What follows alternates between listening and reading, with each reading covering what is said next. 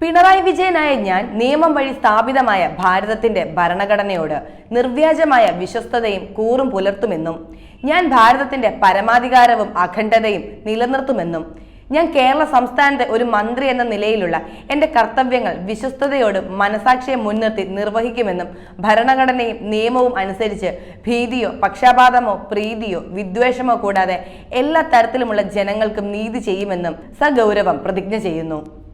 മുഖ്യമന്ത്രി പിണറായി വിജയൻ ഈ വാക്കുകൾ ഓർമ്മിക്കുന്നുണ്ടോ ആവോ? അങ്ങ് 3 പ്രാവശ്യം ചൊല്ലിയ സത്യപ്രതിജ്ഞ വാചകമാണിത്.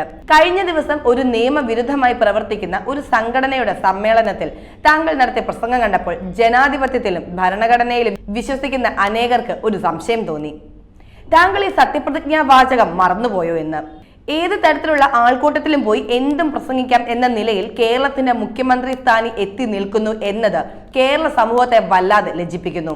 ഒരു രാഷ്ട്രീയ പാർട്ടി നേതാവ് എന്ന നിലയിൽ താങ്കൾക്ക് എവിടെയും പോകാം, എന്തും പ്രസംഗിക്കാം, എന്തും മോഹന സുന്ദര വാഗ്ദാനവും നൽകാം, ഭരണഘടനാ വിരുദ്ധവും നിയമവിരുദ്ധവുമായ എന്തും പ്രസംഗിക്കാം.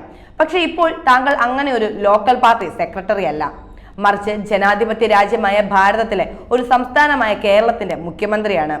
ആ അന്തസ്സ് താങ്കൾ കാത്തു സൂക്ഷിച്ചേ പറ്റൂ. അത് ആ സ്ഥാനത്തിന്റെ മഹത്വമാണ്.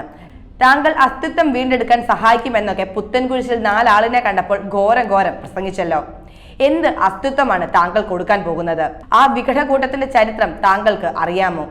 നൂറ്റാണ്ടുകൾ നീണ്ട നിയമ പോരാട്ടത്തിന്റെയും സംഘർഷങ്ങളുടെയും കഥ താങ്കൾ മനസ്സിലാക്കിയിട്ടുണ്ടോ? ആദ്യ നൂറ്റാണ്ട് മുതൽ ഇവിടെ നിലനിന്ന മലങ്കര നസ്രാണികൾ അവരുടെ സ്വാതന്ത്ര്യവും അസ്തിത്വവും കാത്തു സൂക്ഷിക്കാൻ നടത്തിയ ചെറുത്തുനിൽപ്പിന്റെ ചരിത്രം വായിച്ചിട്ടുണ്ടോ? ഇല്ല. അതൊക്കെ വായിക്കുകയും പഠിക്കുകയും മനസ്സിലാക്കുകയും ചെയ്തിരുന്നുവെങ്കിൽ ഇങ്ങനെയൊക്കെ വിളിച്ചു പറയാൻ താങ്കൾക്ക് കഴിയില്ലായിരുന്നു. 18ാം നൂറ്റാണ്ടിൽ മാത്രം കേരളത്തിലേക്ക് മലങ്കര നസ്രാണികളുടെ ക്ഷണം സ്വീകരിച്ച് ഇവിടേക്ക് കടന്നു വന്ന അന്ത്യോക്യൻ മെത്രോപൊലിത്തമാർ പതുക്കെ അധികാരത്തിന്റെ മുഖം കാണിക്കാൻ തുടങ്ങി. അത് നടക്കാതെ വന്നപ്പോൾ ഭിന്നിപ്പിച്ച് ഭരിക്കുക എന്ന ബ്രിട്ടീഷ് തന്ത്രം പ്രയോഗിച്ചു. അങ്ങനെ ഒന്നായിരുന്ന സഭാഗാത്രത്തെ ഗൂഢലക്ഷ്യത്തോടെ ഭിന്നിപ്പിച്ചു. ഇന്നും ഒരു വിഭാഗം വിശ്വാസികളെ തെറ്റിദ്ധരിപ്പിച്ച് കൂടെ നിർത്തിയിരിക്കുന്നു. ഇന്ത്യയുടെ നിയമവ്യവസ്ഥകളെ വെല്ലുവിളിക്കാൻ പ്രേരിപ്പിക്കുന്നു.